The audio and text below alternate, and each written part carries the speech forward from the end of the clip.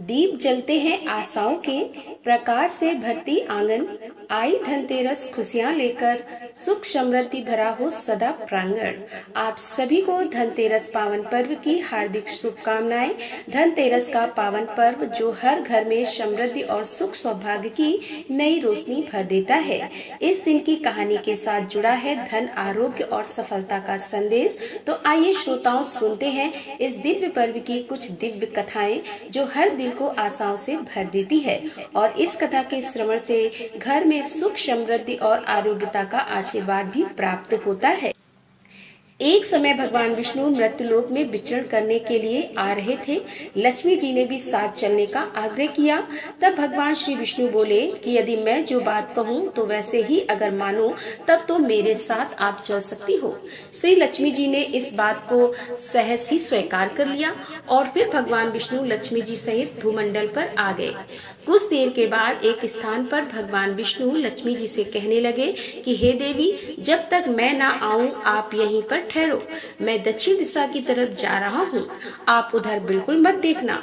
तब विष्णु भगवान जी के जाने पर देवी लक्ष्मी को कौतुक उत्पन्न हुआ कि आखिर दक्षिण दिशा में ऐसा क्या है जो मुझे मना किया गया है, और भगवान स्वयं दक्षिण दिशा में क्यों गए हैं। कोई रहस्य तो जरूर है। देवी लक्ष्मी जी से रहा नहीं गया। जैसे ही भगवान ने राह पकड़ी वैसे ही माँ लक्ष्मी जी उनके पीछे पीछे चल पड़ी। कुछ ही दूर पर उन्हें सरसों का खेत दिखाई दिया। वह खूब खिला हुआ और लहरा रहा था। वह उधर ही चल पड़ी। सरसों की शोभा से देवी मुग्ध हो गई और उसके फूल तोड़कर अपने केसों में लगा लिया, श्रृंगार किया। इसके बाद वे आगे बढ़ी। आगे गन्ने का खेत दिखाई दिया। खूब मीठे रसीले गन्ने लगे हुए थे। तब देवी लक्ष्मी ने 4 गन्ने लिए और रस चूसने लगी। उसी क्षण विष्णु भगवान जी वहां पर आ गए और यह देखकर देवी लक्ष्मी जी पर नाराज होकर उन्होंने श्राप दिया कि मैंने तुम्हें इधर आने के लिए मना किया था पर तुम नहीं मानी और यह किसान की चोरी का अपराध कर बैठी। अब तुम उस किसान की 12 वर्ष तक सेवा करो और इसे सजा के रूप में स्वीकार करो। ऐसा कहकर भगवान उन्हें छोड़कर क्षीर सागर चले गए। तब देवी लक्ष्मी एक साधारण स्त्री का रूप बनाकर किसान के घर पर गई और उन्होंने किसान से कुछ काम मांगा। वह किसान अति दरिद्र था। तब देवी लक्ष्मी जी के आग्रह करने पर उस किसान ने अपने घर पर घर के छोटे छोटे काम करने के लिए रख लिया। देवी लक्ष्मी जी ने किसान की पत्नी से कहा कि तुम स्नान कर पहले इस मेरी बनाई देवी लक्ष्मी जी का पूजन करो, उसके बाद तुम रसोई बनाना, तब तुम जो कुछ मांगोगे वह तुम्हें मिल जाएगा। किसान की पत्नी ने देवी लक्ष्मी जी के आदेश के अनुसार वैसा ही किया। पूजा के प्रभाव से और लक्ष्मी जी की कृपा से किसान का घर दूसरे ही दिन अन्न, धन, रत्न, स्वर्ण आदि से भर गया। इस प्रकार देवी लक्ष्मी ने किसान को धन धान से पूर्ण कर दिया। अब उसकी दरिद्रता दूर हो चुकी थी। इसी तरह दिन बीतते बीतते किसान के 12 वर्ष बड़े आनंद से कट गए। 12 वर्षों के बाद जब देवी लक्ष्मी जी वापस जाने के लिए तैयार हुई तब भगवान विष्णु देवी लक्ष्मी जी को लेने आए। उस समय वे भी एक साधारण पुरुष का वेश बनाकर किसान के घर पर आए थे। जब उन्होंने अपनी पत्नी अर्थात देवी लक्ष्मी जी को वापस ले जाने के लिए कहा तो किसान ने उन्हें इनकार कर दिया।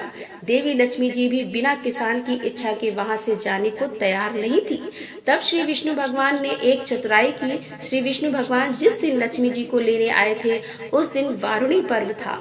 इसीलिए किसान को वारुणी पर्व का महत्व समझाते हुए भगवान ने कहा कि तुम परिवार सहित गंगा जी में जाकर स्नान करो और इन कौड़ियों को भी जल में छोड़ देना। जब तक तुम नहीं लौटोगे तब तक मैं अपनी पत्नी को नहीं लेकर जाऊंगा। तब देवी लक्ष्मी जी ने किसान को 4 कौड़ियां गंगा जी को देने के लिए दे दी। किसान ने वैसा ही किया। वह सब परिवार गंगा स्नान करने के लिए चला। जैसे ही उसने गंगा जी में कौड़ियां डाली वैसे ही 4 हाथ गंगा जी में से निकले और उन्होंने वह कौड़ियां ले ली। अब तो किसान को बड़ा आश्चर्य हुआ कि वह तो कोई देवी है। तब किसान ने हाथ जोड़कर गंगा जी से पूछा कि हे माता, ये 4 भुजाएं किसकी हैं?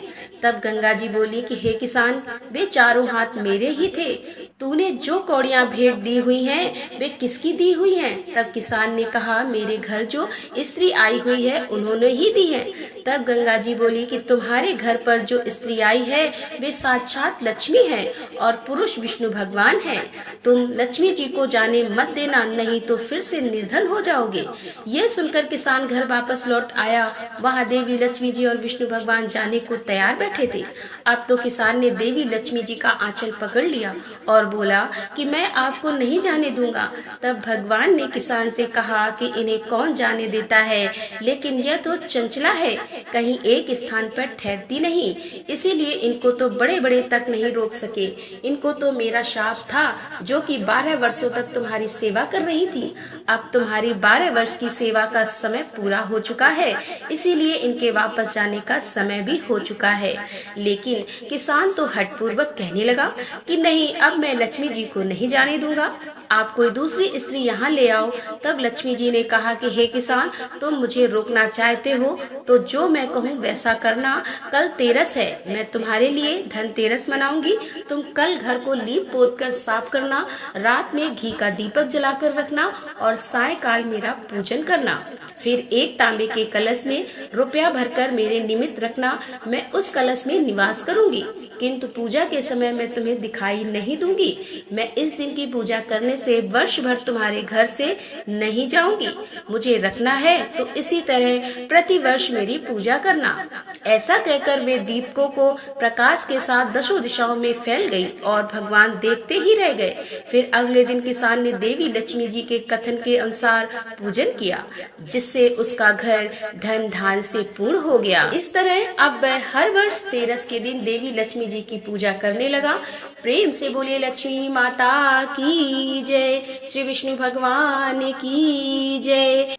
तो दोस्तों, ये थी आज की कथा पसंद आई हो तो वीडियो को लाइक करें, शेयर करें और हमारे चैनल पर पहली बार आ रहे हैं तो हमारे चैनल को सब्सक्राइब कर ले।